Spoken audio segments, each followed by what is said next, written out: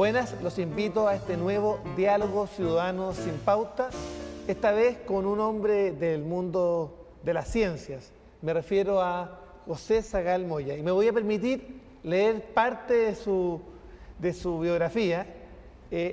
Un hombre realmente multifacético, algunos lo han calificado como un verdadero Da Vinci de nuestros tiempos y de nuestro país. No solamente es licenciado en Química de la Universidad de Chile, es doctorado, ha publicado en revistas internacionales, es consejero del CONICYT, designado por el presidente Piñera, pero un hombre que es locutor, miembro del Consejo Superior de Televisión, bombero, las tiene todas José Sagal, pero además un hombre que sin lugar a duda representa el aporte de chilenos que muchas veces hacen desde un espacio sin cámara, pero con mucho empeño hacen para que nuestro país tenga también un aporte importante a la ciencia. ¿Cómo estás, José? Buenos días, muchas gracias por invitarme. Voy a hacer una pequeña corrección. Yo estuve en el Consejo hace muchos años atrás. Claro, estuviste en el Consejo Superior de Televisión, sí. Claro, sí. Pero ahora estás en CONICYT. Estoy en CONICYT, sí. Gracias. Bueno, gracias por la oportunidad de intercambiar ideas. Mira, quería contarte y partir al tiro en el fondo. ¿Cómo sientes tú? ¿Se escucha a los científicos en Chile o tú crees que todavía hay mucho para hacer? Te lo comento porque tú además, en una carta abierta que le entregaste al presidente de la República el año 2007, o le mandaste al presidente, alertaste incluso respecto de un terremoto en las zonas donde ocurrieron justamente estos hechos el año 2010, el 27 de febrero. ¿Tú crees que se escucha efectivamente a los científicos chilenos? Poco. Voy a aclarar un poquito. Ese trabajo sobre el terremoto lo hizo un científico de la Chile, el doctor Kausel, que él un par de años antes, parece, en un trabajo científico en una revista internacional, predijo que iba a ocurrir un desastre.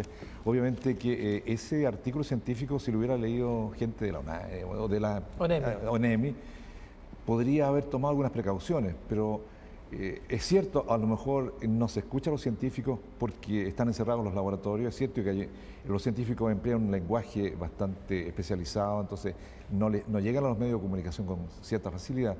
Tampoco hay una tradición de periodismo científico en nuestro país. No hay periodistas científicos. No sé si existe en alguna universidad en Chile ese título. Entonces, al científico le cuesta comunicarse. Es como el médico cuando uno le explica, mire, usted tiene dolor y uno no le entiende nada. Un científico le explica a una persona en la calle algo y no le entiende. Entonces, falta obviamente esa comunicación en la prensa, sobre todo, porque para que lo lea una persona común y corriente tiene que entender de qué se trata, obviamente. ¿Y de quién es esa responsabilidad? ¿Del mundo de la política? ¿También del mundo de los medios de comunicación? Yo creo que las responsabilidades son compartidas. Nosotros tenemos como científicos el deber de tratar de proyectarnos, los periodistas tienen el deber de escucharnos, la política tiene que también el deber de escuchar a los científicos. Voy a dar un ejemplo así dramático de cómo un científico fue escuchado y cambió el curso de la historia. Esto todo el mundo lo conoce, pero sería bueno traerlo a colación. Einstein advirtió al presidente Roosevelt durante la Segunda Guerra Mundial que los alemanes estaban trabajando la bomba atómica muy aceleradamente. Se lo explicó con otras palabras: existen unas nuevas formas de energía capaces de producir destrucción masiva. Los alemanes están avanzando muy rápido en esto. Si no se hace algo, los alemanes podrían ganar la guerra. Y Roosevelt, ahí se inició el plan, en Los Álamos empezó a trabajarse en el proyecto de la bomba atómica. Estamos hablando de algo desastroso, pero digamos, era en ese momento a lo mejor una urgencia para parar la guerra, a lo mejor no se justificaba. Bueno, eso la historia lo dirá, pero un consejo de un científico notable a un presidente a lo mejor hizo cambiar el curso de la historia. A lo mejor los alemanes habrían ganado la guerra si hubieran tenido una bomba atómica antes. Ese es un ejemplo de cómo la ciencia y el know-how, digamos, puede tener un impacto en cambiar el curso de la historia. Hay otros ejemplos, como de Napoleón también, que alguna vez escuchó a científicos descubrimientos y eso cambió el curso de la historia de cómo se hace ciencia en Francia. ¿Y hay posibilidades de hacer ciencia en Chile? Porque te lo planteo porque he conocido muchos casos notables, pero que son casos aislados, muchas veces con poco apoyo estatal, y que en definitiva hay pocas posibilidades de generar una red de ciencia en nuestro país. Exactamente. Bueno, en nuestro país la cantidad de científicos es poca en realidad, comparado con países, no nos comparemos con Estados Unidos, pero comparemos con Israel o con Finlandia, con Nueva Zelanda. La masa de científicos respecto a la población es baja, están diluidos. Además, los científicos, que son pocos, además están muy ocupados, además haciendo clases, por ejemplo. Esto no es una crítica de que un científico no tenga que hacer clases, pero en la universidad, la ciencia se hace fundamentalmente en las universidades. Y en las universidades los científicos tienen que hacer muchas cosas además de ciencia.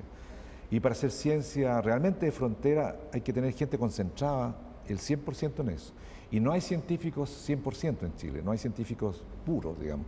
Todos los científicos hacemos clases, estamos metidos en N cosas. Entonces, para lograr avances grandes hay que tener una masa de gente dedicada a eso en centros. Bueno, eso se puede definir después como lo existe en países grandes. En Estados Unidos hay laboratorios nacionales, por ejemplo, que no son universidades donde hay científicos trabajando exclusivamente en investigación.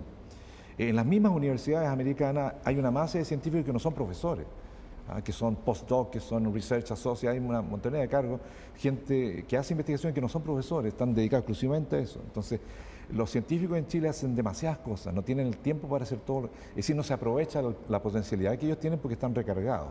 Pero ¿cómo además se aprovecha generar un sistema integrado? Porque además hay mucha duplicidad en estudios. Yo conozco científicos que están trabajando en Valparaíso y en Valdivia en un mismo tema, y hay poca posibilidad de compartir las experiencias, los resultados.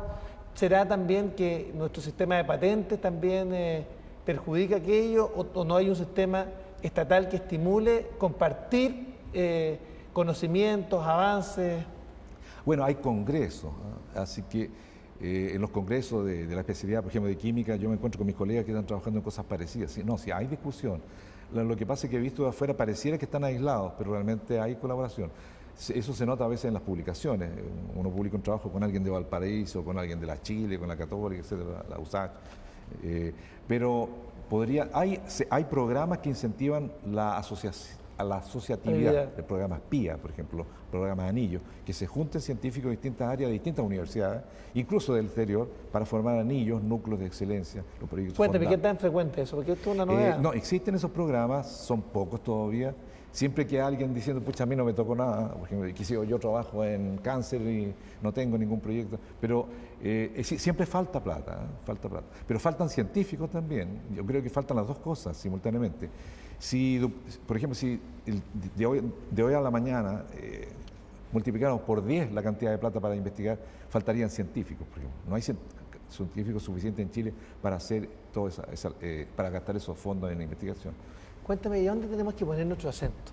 Tenemos que ponerlos en las universidades, como tú has dicho, que tienen un rol importante en materia de innovación e investigación. Tenemos que ponerlo en la empresa, tenemos que ponerlo ¿dónde? ¿Dónde hay que poner el acento para los efectos de poder generar masa crítica? Bueno, yo hablaría en francés, yo pondría el acento en muchos lugares. Yo creo que no es bueno poner acento, porque cuando uno pone el acento en un lugar se puede equivocar. Yo creo que hay que poner los huevitos en distintas canastas, en la empresa, en la universidad, en los centros, no sé, en los hospitales, qué sé yo, etcétera. Yo creo que hay que definir acentos, y esos acentos son las áreas prioritarias. Por ejemplo, los proyectos de la CONICYT en áreas prioritarias definieron que, por ejemplo, la energía solar es importante, los terremotos son importantes, el estudio de las etnias son importantes. Ahora, este es un diálogo de muchos años que se escucha qué pasa, que la empresa invierte poco en investigación.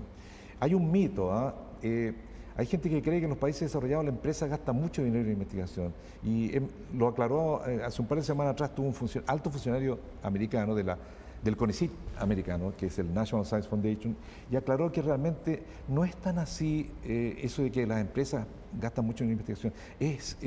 Son los gobiernos los que impulsan las innovaciones. Incluso él se quejaba de que las empresas americanas cada vez están invirtiendo menos, porque bueno, la situación económica, la crisis, la competencia con otros países como países emergentes, Corea, China, India. Entonces la NSF en este momento está muy preocupado de que está perdiendo competitividad Estados Unidos a nivel internacional. Están surgiendo muchos países con mucha innovación. Entonces el gobierno, a través de la NSF y otros organismos, la NHE, hay muchos organismos en Estados Unidos, ponen los énfasis para poder dar ese salto, porque ellos están preocupados constantemente de no perder competitividad. ¿Y qué deberíamos hacer en Chile al respecto? Yo creo que lo mismo, porque nosotros no deberíamos compararnos con países parecidos, yo creo que tenemos que compararnos con los mejores. Yo creo que ese es un error decir, mire, que en Sudamérica no estamos tan mal. No, comparémonos con los mejores, con Corea, por ejemplo. Tratemos de hacer cosas que se han hecho allá, recorrer ese camino de ir. Por ejemplo, en el caso de la ciencia, hay que entusiasmar desde muy pequeño a los talentos que se dediquen a la ciencia. Y hay programas en Chile, el programa Explora, hay museos interactivos, pero siempre es poco, ¿no?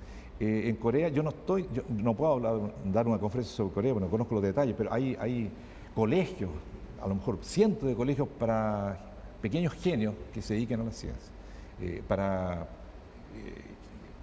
Desde abajo empiezan a buscar los talentos, como en el deporte, ¿no?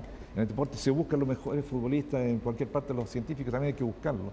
Y se los privilegia, se les dan becas, se les dan todo tipo de facilidad y eso llega hasta que se transforma en un científico en unos 30 años, digamos, 25 años. ¿Y qué pasa con nuestros liceos? Porque efectivamente ahí hay un tema. Sí, ese tema es complicado porque históricamente en Chile los profesores han ganado sueldos bajos, entonces yo creo que una persona que gana poco no trabaja contento, obviamente, digamos, es obvio.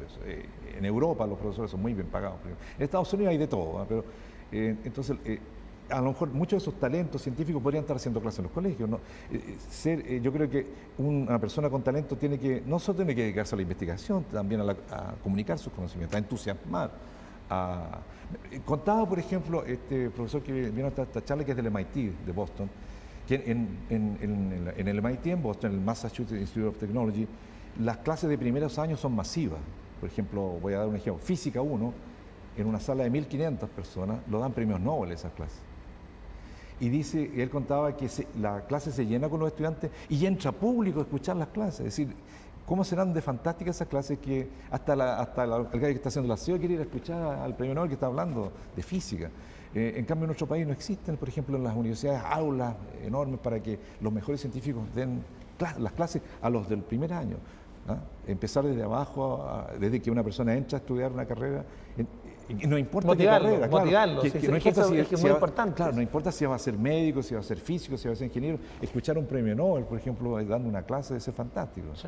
Nosotros estuvimos trabajando junto al presidente del Senado, Guido Girardi, en la creación del Congreso del Futuro y tuvimos la oportunidad de traer 6 premios Nobel. Es yo estuve acá. Una oportunidad histórica y estamos trabajando además en la creación de la Comisión del Futuro y Desarrollo Sustentable, que nos permita justamente generar la masa crítica en el país para soñar el Chile en los próximos 20, 30 años, porque si hay un tema en el cual yo diría que estamos en falta, es que nosotros no hacemos perspectiva, no creamos futuro. Y por eso es tan importante escuchar la opinión tuya para los efectos de saber la brecha. La brecha que hoy día existe entre nuestro país y los países desarrollados. Tú me has dicho que no se gasta tanto como aparentemente se piensa, pero hay una disposición distinta del Estado, ¿no? Claro, exacto, un Estado ganador, digamos. Sí. Yo creo que un Estado que quiere mantener a su país en el liderazgo, digamos, económico por último, ¿no? Es decir, el liderazgo económico de un país se debe a la base científica. Y eso pasa también por la cultura, ¿eh? Yo creo que hay un problema cultural, no me refiero a la cultura de leer o no leer libros, una actitud hacia la vida, de que yo puedo ser el mejor. Más bien, no, aquí es muy difícil, es muy complicado. No, eso de... Yo tengo muchos hobbies, ¿eh? Y a través de los hobbies conozco mucha gente en muchos ámbitos dice, no, mira, yo quiero construir un telescopio, no, muy complicado, no, mejor cómpralo. O yo quiero construir, no sé, yo quiero hacer una guitarra. ¿Qué nos pasa? Sí. ¿Qué nos pasa? Porque... Tiene una actitud perdedora. Ya. ¿Y tú crees que eso es parte también de la idiosincrasia? Hay una mentalidad perdedora, sí. Y que el éxito es como, a la gente que tiene éxito se le tiene envidia, ¿no? A mí me llamó la atención cuando yo estudié en Estados Unidos que cuando a mí me iba bien, los alumnos me admiraban, por ejemplo, en un curso me fue muy bien, yo le pego. Aquí en Chile no existe esa mentalidad de que bueno que le vaya bien a alguien, sino que Este gallo le va bien porque... El chaqueteo. Exacto. Y esa mentalidad yo creo que es parte del problema. A lo mejor un sociólogo, un psicólogo debería investigar eso, porque como que tenemos miedo de hacer bien las cosas. En el deporte, oye, salimos, nos va a ir mal, en todos los ámbitos de la vida. ¿Ya? ¿Y esa actitud de brazos caídos? Sí. ¿Ha ido cambiando? Está cambiando. Yo creo que los jóvenes son diferentes, pero ese pesimismo, incluso típico esto, por ejemplo, si yo hablo con una persona, oye, en Chile deberíamos fabricar teléfonos celulares. No, es complicado, estamos muy lejos, no podemos competir con... Entonces con eso ya no, con esa actitud de partida no se puede llegar a ninguna parte. Es como decir, yo no, ¿por qué no estudias guitarra si te gustó la música? No, es que es muy difícil. ¿Y por qué tú crees que se produjo ese quiebre? Porque si tú me dices, yo comparto contigo que los jóvenes hoy día tienen de nuevo ese impulso de que ellos son articuladores y que son capaces de transformar el mundo, se creen capaces de hacerlo y eso es muy bueno porque eso genera una renovación de nuestra sociedad. Exacto. ¿Por qué tú crees que se produjo ese cambio? El modelo económico, el mundo de la información, las redes sociales, no sé. Yo creo que sí, yo creo que las redes sociales, el entorno, el internet, por ejemplo, ha cambiado mucho. Los jóvenes están siempre conectados, la gente mayor le cuesta conectarse, entonces no tiene esa misma actitud. Ahora, la información. La información, sí. La información, yo creo que la información es clave. Claro. O sea, mira, vamos a seguir en el segundo bloque conversando con este hombre de las ciencias de nuestro país y los invito a poder seguirnos acá en el canal del Senado.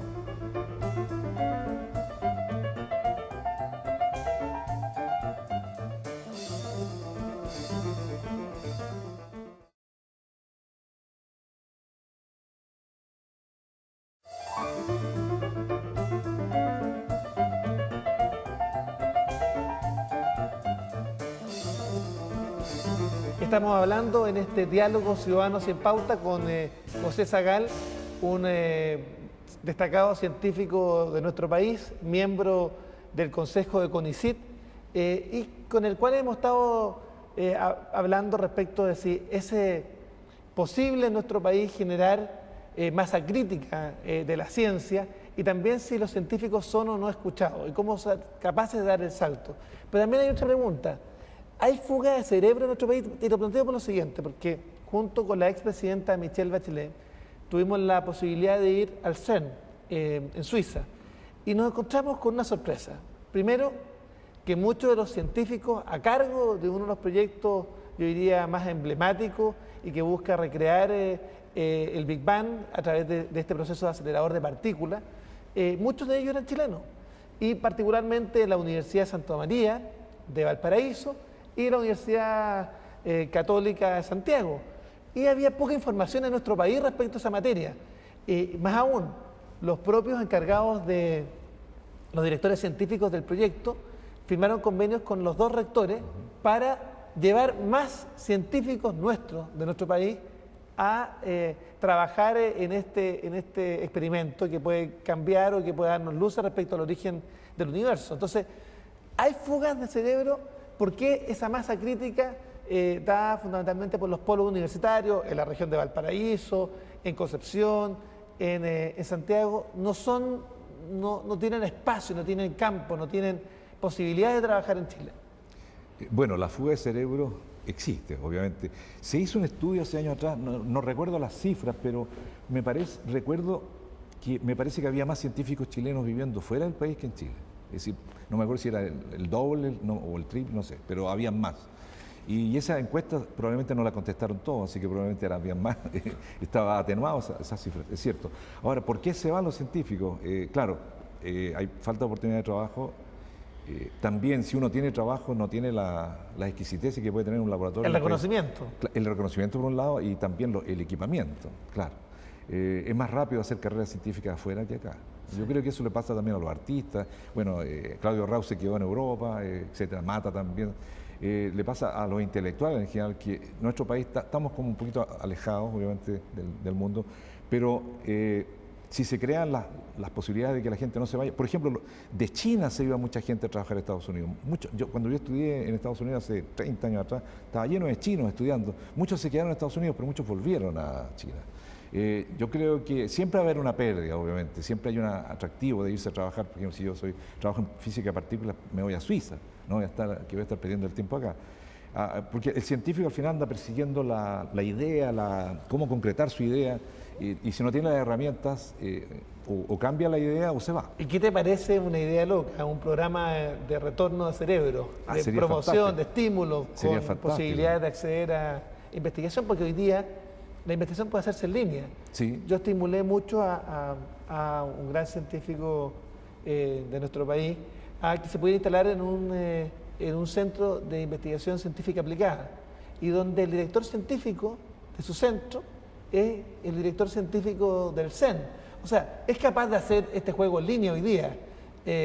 ¿O tú crees que es necesario estar presencialmente donde está desarrollándose puntualmente las tecnologías, los laboratorios? No es tan necesario ahora con las comunicaciones. De hecho, yo, por ejemplo, colaboro con gente en Francia, en Estados Unidos, y nos comunicamos por internet. Nos visitamos de vez en cuando para compartir, pero se hace a través del espacio, digamos. Ahora, los astrónomos, por ejemplo, ahí hay un ejemplo. Los astrónomos en Chile tienen los mejores telescopios del mundo. Los astrónomos yo creo que son los que están haciendo la mejor ciencia en Chile porque están mejor equipados. No tiene para qué irse a trabajar a otro lado un astrónomo chileno. Estamos acá en la papa, digamos, tenemos los mejores. Al revés, vienen acá. Vienen extranjeros a trabajar acá, exacto. Pero hay un ejemplo de cómo, bueno, ahí tenemos condiciones especiales de cielo, que nos permiten justamente realizar inversiones en nuestro país, pero efectivamente eso no es una característica que se pueda replicar en el resto de las ramas de la ciencia, ¿no? ¿O tú crees que es posible hacer esfuerzos?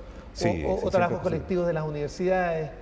Yo creo que siempre es posible, ¿eh? Incluso cuando se habla, ¿se justifica hacer ciencia en Chile? Mi respuesta sería, es urgente hacer ciencia en Chile, porque la única forma de acortar esa brecha con los países desarrollados es a través de la ciencia y la tecnología, van las dos juntas. ¿Qué pasa con esta formación de centro en Valdivia? Sí, fantástico. Sí. Claro. Ahora, ahí el chaqueteo, mucha gente chaqueteaba a Claudio, pero fantástico. El otro día alguien mostró una estadística de la cantidad de papers que se publican a través de Chile, hizo un mapa. En Valdivia aparecía un pic, así. A ver. Claro, y es la suma austral y el centro de Claudio Bunster. Sí. Pero hay poco trabajo colectivo, yo veo que hay poco reconocimiento a la función y trabajar en torno a aquello.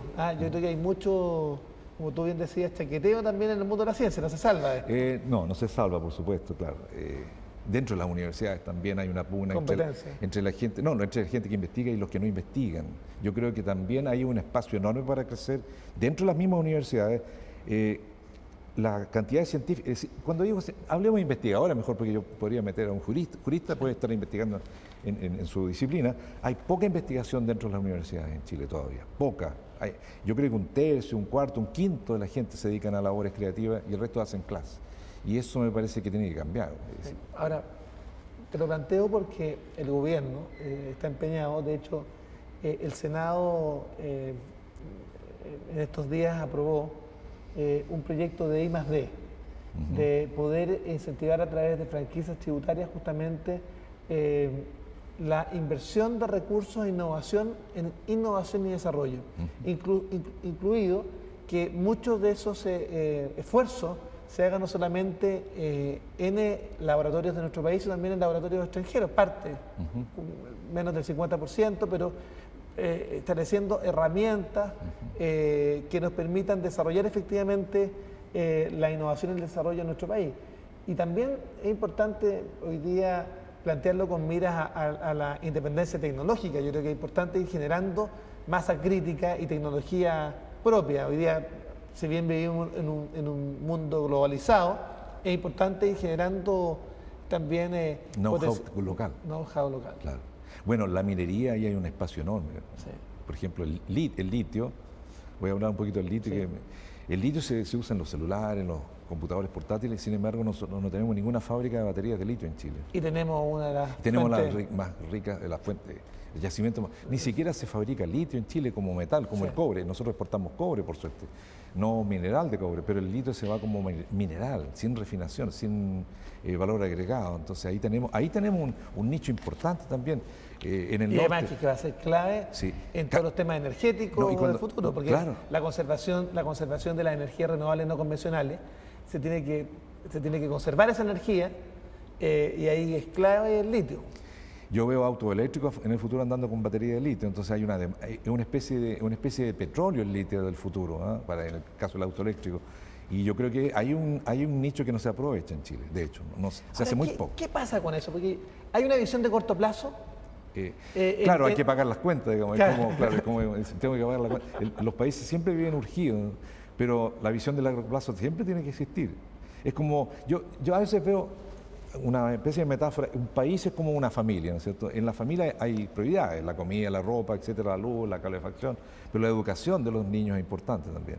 En el caso de la innovación, la investigación y el desarrollo, la comparo en la familia la educación. Tenemos que formar gente en todas las disciplinas para crecer. Y además de pagar la cuenta de la luz y todo lo demás, de las trivialidades, digamos, los problemas de salud. Hacerse cargo de lo urgente, pero también de lo...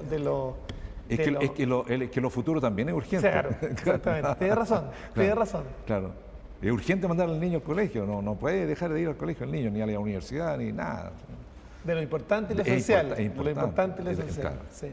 Mira, yo adicionalmente quería plantearte, ¿con qué apoyo cuentas en tus proyectos? Porque yo sé que tú estás en varios proyectos innovadores, me gustaría que nos contaras algo de aquello. Yo no me quejo, yo creo que tengo financiamiento para hacer las cosas que estoy haciendo. Pero tú estás en un proyecto de microsensores, me gustaría que nos pudieras contar algo de eso. Bueno, tengo un proyecto de Fondesit de hacer sensores electroquímicos. Un sensor en el fondo es como una especie de lengua artificial. Por ejemplo, si yo quiero saber si un diabético si el azúcar está alto o está baja, en lugar de hacerle un análisis de sangre, mejor pincharlo y sacar. En vez de sacar una muestra, pincharlo con un electrodo y que ese electrodo diga, mire, tiene tanta glucosa. Esa es la idea más o menos. Simplificar, por ejemplo, esas cosas que son todavía engorrosas. ¿Y cómo hacen eso? Bien, ahora, de ahí a que se transforme en algo ya comercial. Tecnología masiva, pasa mucho tiempo. Sí. Esa es otra cosa que la gente no sabe. Los inventos toman mucho tiempo en llegar al mercado. Por ejemplo, la fotografía, 30, 40, 50 años, desde que alguien me inventó la fotografía hasta que se fundó la Kodak Company, pasaron 30, 40, 50 años. Entonces, para innovar hay que tener paciencia también. No se puede esperar resultados para mañana. Ahora, ¿tú crees que este proyecto de ley que envió el gobierno y que viene a aumentar las franquicias tributarias para la inversión en innovación y en desarrollo, ¿tú crees que puede significar un estímulo? O porque está aumentando dramáticamente las actuales franquicias para los efectos de estimular, ¿pero tú crees que la empresa está disponible para invertir en innovación? ¿O tú crees que esto va a quedar en letra muerta? No, yo creo que siempre hay que crear ciertos estímulos. Obviamente a un empresario le interesa el lucro, que se usa mucho la palabra. Pero, está demonizada la palabra. Claro, pero obvio, si yo tengo una fábrica de zapatos, quiero ganar plata con los zapatos. Ahora, si puedo innovar para hacer zapatos más baratos y mejores, claro, y si yo gano plata con eso, claro. Entonces, yo creo que sí. También hay otra cosa, en Israel, por ejemplo, no sé si todavía es vigente eso. En Israel, el instrumental científico, que es muy caro siempre, no paga impuestos, porque se considera material estratégico, como el armamento. Yo no sé si los militares pagan impuestos cuando compran un avión afuera, no sé. Yo creo que no estoy informado al respecto. Pero si yo quiero traer un equipo de resonancia que cuesta $50 millones, ahora dice, claro, pero esas franquicias, ¿para qué privilegiar eso si el otro también tiene...? Pero está interesante, porque yo creo que... Claro, porque si el Estado le cobra al investigador, a mí me cobra el Estado los impuestos para traer un equipo de afuera y tengo que pagar 40%, 50% de recargo, en el fondo me está sacando la plata de un bolsillo y la está metiendo en el otro. Está recuperando esa plata que me pasó, al final me pasó menos plata para investigar, porque me la quitó el impuesto. Y bastante menos. Y bastante menos. Entonces, eso en todo tipo de equipos hay que pagar, y hay que pagar seguros también, porque hay equipos muy delicados. Por ejemplo, voy a inventar algo, un telescopio, traer un telescopio a Chile es complicadísimo porque es muy frágil, etcétera. Entonces, todos esos gastos, todos al final son grabados también. Entonces, por ese lado tampoco hay mucho estímulo. Si la investigación científica y tecnológica fuera considerada algo estratégico para el país, tendría a lo mejor bajo otra glosa, ¿no? Y volvamos a ti. Este experimento o esta experiencia con microsensores, si se logra desarrollar, ¿qué puede significar para Chile aquello? Bueno, un empresario se podría interesar en fabricar estos sensores y probar capitales, pues exportarlos, claro. Así como claro, los finlandeses fabricaron el Nokia y lo exportan, nosotros podemos fabricar Nokia, digamos, o sensores o inventos. Yo creo que sí, todo es posible, yo creo que el límite es el cielo. Yo creo que no hay que ponerse límite. No, ninguno, en absoluto, todo es posible. Yo creo igual, ¿eh? Sí. Y yo creo que eso hace la diferencia. Finalmente. Yo soy súper optimista y generalmente tengo razón. Y sí, siempre me resultan las cosas, porque soy optimista, no sé, también esa actitud... ¿Qué pasa con esa actitud? Porque yo creo que eso también es un tema importante, ¿cómo se le pone alma? Porque yo creo que cuando uno le pone alma a la acción, tiene capacidad de transformadora, ¿o no? Bueno, la ciencia, yo creo que los mejores científicos no la hacen por ganar plata, no la hacen por hacerse famoso, bueno, a lo mejor sí les gustaría, pero la pasión. Cuando no hay pasión, las cosas no funcionan. Por ejemplo, yo te puedo contar, estamos trabajando en el laboratorio y salió algo interesante. Yo todo el domingo voy a estar pensando en ese tema y voy a estar conectado a internet leyendo sobre... No es que el domingo yo descanso, cuando uno tiene pasión por las cosas se hacen bien. Y en la música, en el arte. Y yo creo que hay que... En la vida, al final. En la vida, claro. Gozar eso. Yo creo que es también el elemento que nos va a permitir cambiar la actitud típica del chileno, sociológicamente hablando. Yo diría, ponerle pasión a lo que se hace, ¿no? Una vez alguien me preguntó, oye, ¿tú cuándo sales de vacaciones? No, si yo estoy en vacaciones durante todo el año. ¿Y por qué? Porque estoy haciendo lo que me gusta. Mira. Entonces, si hago lo que me gusta, para mí no es trabajo eso. Yo me apasiona la ciencia y para mí es un placer hacerlo realmente.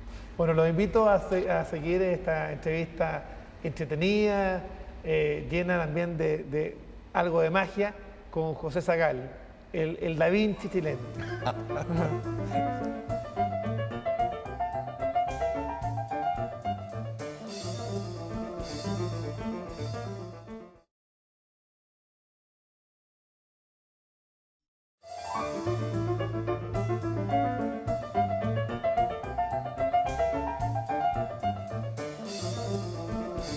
Estamos hablando con José Sagal, un científico chileno, en este diálogo ciudadano sin pauta. Me han pedido también que diga académico de la USACH, un hombre que está poniéndole el cuerpo, el alma y la pasión a generar ciencia en Chile. Esto es muy, muy importante. Yo quiero preguntarte a ti, ¿qué pasa con lo que hoy día existe en nuestro país? Con el Fondesit, el Fondap, el Fondef, el programa Milenio, ¿está cumpliendo su objetivo? ¿Está articulándose? Y particularmente desde tu carácter de miembro del Consejo del CONICYT. Sí, yo creo que sí. Fíjate que estar en el Consejo me ha permitido tener una mirada distinta a la cuando estaba trabajando en la Universidad de Santiago, digamos, de todo lo que se hace. Tiene la mirada de conjunto.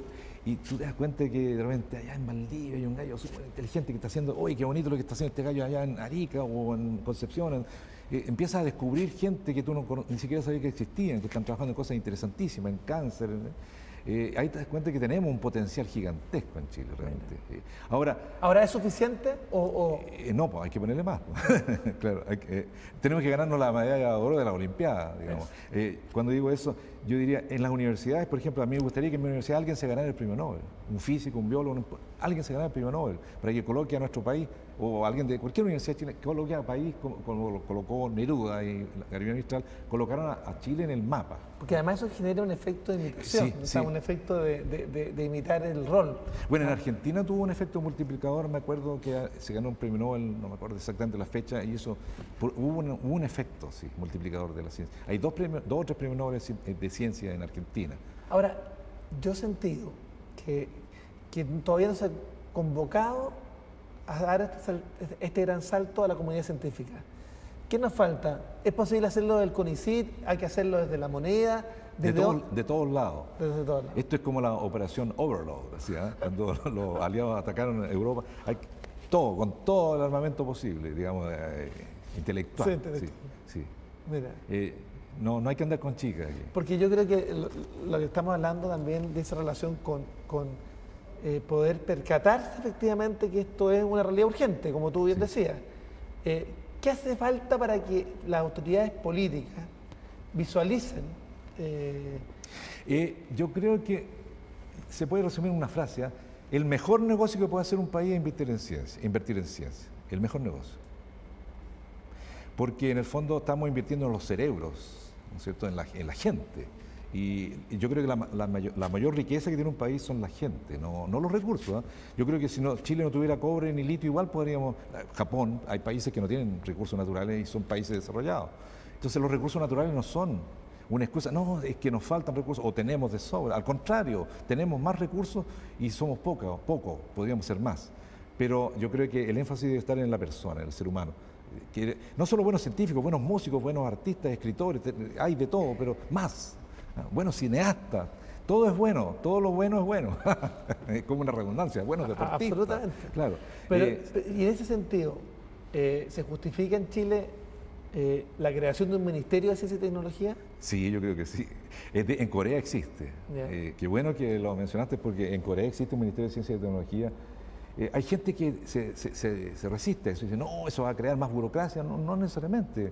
No sé si cada ministerio significa más burocracia para el país. No. No necesariamente. Claro, no. Pone a la ciencia en un lugar, en un pedestal un poquito más alto, claro. La ciencia y la tecnología, las dos van juntas, ¿no? Ciencia y tecnología.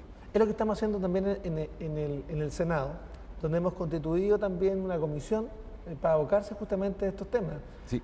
Además, nos va a permitir, yo creo, un Ministerio de Ciencia y Tecnología poder focalizar las políticas públicas y también aumentar la inyección de recursos y también la evaluación, porque hay evaluación de los programas, porque también es un tema interesante, porque yo te preguntaba, se está haciendo una buena pega con el programa Milenio y el resto de los programas, pero ¿quién los evalúa? ¿Cada cuánto se evalúan? ¿Cómo se corrigen cursos de acción?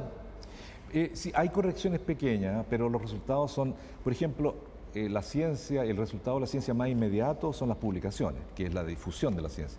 Entonces, ha aumentado notablemente en los últimos años la cantidad de publicaciones científicas que Chile genera. Es como el músico compone y publica, o el escritor publica su libro, los científicos publicamos artículos.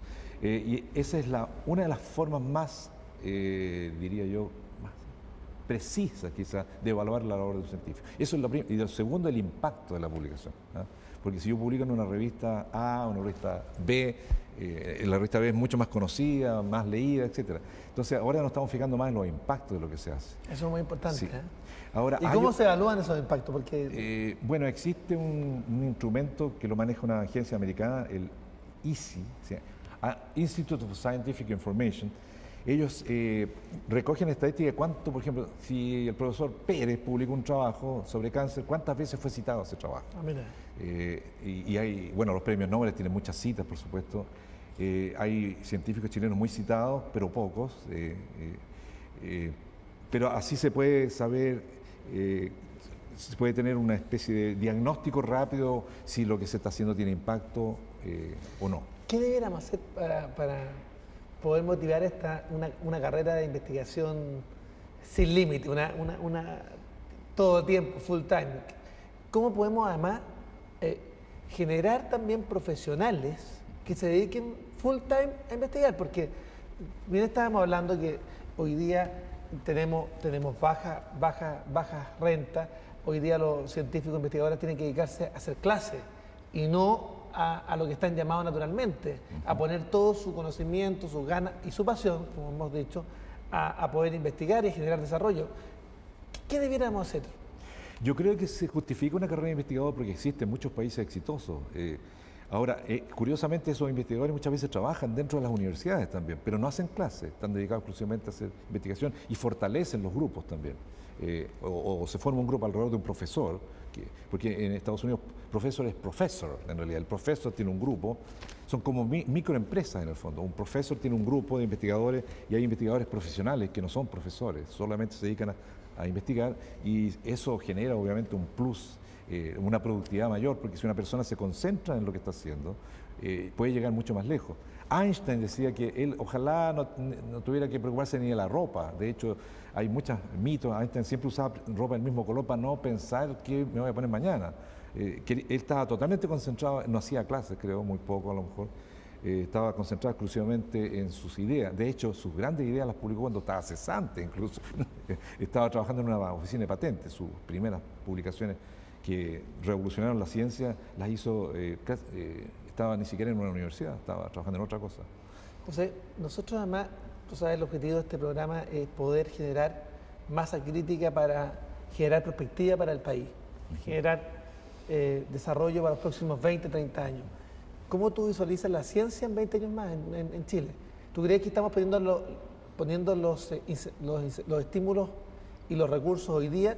Porque claramente en la ciencia los resultados son de largo aliento. No se forma un investigador de la noche a la mañana, hay que generar un proceso. ¿Cómo tú visualizas este proceso para el país? ¿Tú crees que estamos efectivamente poniéndole todo el ahínco que se requiere? ¿Y cómo tú esperas que sea la ciencia en Chile el 2020, el 2030? Yo creo que sí, se están poniendo los énfasis. La pregunta es, ¿deberíamos ir más rápido a lo mejor? ¿Hasta cuánto aguanta el auto? ¿Hasta cuánto lo puedo acelerar antes que...? Yo creo que siempre hay espacio para mejorar. Por ejemplo, no creo que los mejores... si yo me saco un puntaje fantástico en la prueba, ¿qué carrera escojo? Las carreras más conocidas, no digamos las más rentables, a lo mejor, las más conocidas. ¿Cómo atraer a esos mejores puntajes a la física, a la biología, a la astronomía, a la ingeniería, por último, pero la ingeniería de innovación, a los investigadores en ingeniería? Yo creo que los sueldos son un factor importante, obviamente. La ciencia es una profesión, al final, no es un hobby. Yo creo que el sueldo es importante, el sueldo de los profesores también es importante, para que hayan buenos profesores que formen buenos futuros científicos también. Yo creo que habría que mirar a Corea.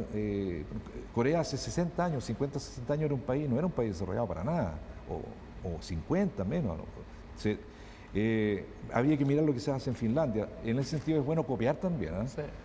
No hay que inventar la rueda. No hay que inventar la rueda. Bueno, copiar con corrección. Sí, claro, bueno, claro. Exactamente. Sí. Y adecuado a la realidad del país. De hecho, lo que estamos tratando de hacer es formar la Comisión Futuro y Desarrollo Sustentable, que justamente se creó en Finlandia y que permitió dar el salto cualitativo y cuantitativo al desarrollo. Y nosotros tuvimos la posibilidad de poder compartir con este diálogo social que se generó justamente en Finlandia, donde el mundo de la empresa, los trabajadores y las autoridades políticas se pusieron de acuerdo respecto al modelo de desarrollo. ¿Tú crees que eso hace falta en Chile? ¿Hace falta más diálogo? Cada uno está hoy día en nuestro país en su respectivo ámbito de desarrollo, pero no tenemos un afán de integrar. ¿Tenemos tarea pendiente ahí o no? Sí, yo creo que falta integrar, sí. ¿Y los científicos debieran estar también incorporados? Sí, hay que incorporarlos al palacio, digamos, o a las conversaciones sí. Bueno, en Estados Unidos, cuando los presidentes tienen problemas graves, recurren a los científicos. Eso te iba a preguntar. En Estados Unidos es parte del gabinete. Sí. Hay un par de científicos en el gabinete. Sí. Sí. Ahora, ¿cuál tú crees que debería ser el rol de la ciencia justamente en la definición de ese nuevo pacto social? Yo creo que los científicos deberían tener más participación en la toma de decisiones porque tienen el conocimiento, el entrenamiento. Por ejemplo, si yo traigo método. Si yo traigo a alguien que trabaja en cambio climático, él sabe lo que va a pasar en 30 años más si no hacemos tal cosa. Él sabe porque es especialista en eso. Es como un médico. Si yo fumo mucho, voy a enfermar de cáncer. Esas opiniones de expertos son importantes para la toma de decisiones. ¿Por qué nuestro país, teniendo potenciales enormes, por ejemplo, en los temas de definición de materia energética, el mar, el sol, la geotermia, por nombrar tan solo algunos, la energía también hidroeléctrica, no hemos sido capaces de desarrollar y potenciar? Ha faltado ahí también un rol de planificación por parte del Estado y de estímulo, porque a mí me habría gustado, por ejemplo, que tuviéramos un centro de energía mareomotriz, donde hubiese investigación, donde hubiera científicos, donde hubiese formulación de nuevas tecnologías, donde se pudiera compartir también la experiencia internacional, lo propio respecto a la energía eólica o la energía solar. ¿Qué falta para eso? Yo creo que son recursos, obviamente. Para echar a andar esta maquinaria hay que tener personas trabajando. Bueno, en el tema de los terremotos hay poca gente que trabaja en sismología en Chile, curiosamente, que es un tema importante. Ahora en lo otro casi no hay gente en los temas que estaba recién mencionando. Entonces, obviamente que tenemos... Pero en las universidades como la tuya, ¿sí? ¿Hay espacios para el desarrollo, para la investigación, o simplemente no hay interés en aquellas áreas? No, sí, hay espacios físicos. No. Bueno, las universidades están con problemas económicos, entonces obviamente que tienen que resolver problemas urgentes de repente, pero en nuestra universidad la investigación es muy estimulada. Nosotros nos estimulan con ciertos incentivos a trabajar en eso, nos premian, digamos. Yo creo que hay muchas universidades que se estimulan interiormente la investigación, pero siempre hay carencia de recursos. José, estamos terminando el programa, pero yo quiero que antes que terminemos, tú sueñes el Chile del 2020-2030. Me gustaría que tú me dijeras, mira, cuáles son tus deseos para que seamos capaces de ser país líder en ciencia y tecnología en 10, 20 años más. A ver, soñar no cuesta nada, pero los sueños se transforman en realidad. Así es. Hay muchas oportunidades. Así lo creo yo. Sí. Si no tenemos norte, no tenemos sueño, no vamos a llegar a ninguna parte. Bueno, yo sueño con un Santiago, por ejemplo, donde los buses son eléctricos, Ya. donde no hay contaminación, donde hay la comunicación es muy simple, muy rápida. Yo sueño con un tren que me lleva a Puerto Montt en 5 minutos, no sé, estoy exagerando. No son exageraciones. Hay en Japón trenes que pueden andar a 500 kilómetros por hora. Un tren que me lleva a Arica, por ejemplo, es mucho más eficiente el transporte terrestre que el aéreo. Para levantar un avión de toneladas y llevarlo es muy ineficiente desde el punto de vista energético, muy caro. Entonces yo podría estar en Arica en un tren en 1 hora a lo mejor, un tren moderno, en 20 años más, ¿por qué no? Fabricado en Chile, en Maestranza, en Metal no sé cuánto, Company, etcétera, chilena. Ese sería tengo tantos sueños que no tengo tiempo para contarlos todos. No, pero los microsensores. Bueno, por ejemplo, que los hospitales usaran tecnologías nuestras también. En Cuba se hacen vacunas, curiosamente, y se usan ahí, que es un país relativamente pobre, ¿no? Nosotros podemos usar cosas. Si nosotros descubrimos una cura para tal cual enfermedad que es muy local, que a lo mejor las grandes farmacéuticas no están interesadas, porque la genética nuestra es distinta, esa medicina deberíamos usarla, desarrollarla nosotros. De hecho, hay medicamentos que no son tan efectivos, dependen de la etnia, de los genes, del genoma, etcétera. A un anglosajón le puede hacer bien algo para el corazón que le puede hacer a un japonés, no es tan bueno. Entonces nosotros somos distintos también. Entonces ahí hay espacios para crecer, en la salud hay espacios. Por ejemplo, en vez de traer un equipo de resonancia de Alemania que cuesta no sé cuántos toneladas de dólares, hacerlo acá. Los brasileños están haciendo ya equipos de ese tipo. Bien. Todo se puede hacer acá, todo. Es más caro a lo mejor, al principio. Claro, al principio es más caro, sí. Bueno, hemos tenido una entrevista entretenida con José Sagal, yo diría un hombre que le pone pasión a la ciencia y un hombre además que cree y tiene la convicción, y yo creo que también tiene la razón, de que es posible hacer los sueños realidad. Tiene el norte claro y no ha señalado cuál debiera ser el norte del país, de Chile, para poder llevar al año 2020, 2030, como uno de los países líderes en ciencia y tecnología. Muchas gracias por seguirnos en este diálogo ciudadano sin pauta. Hasta luego.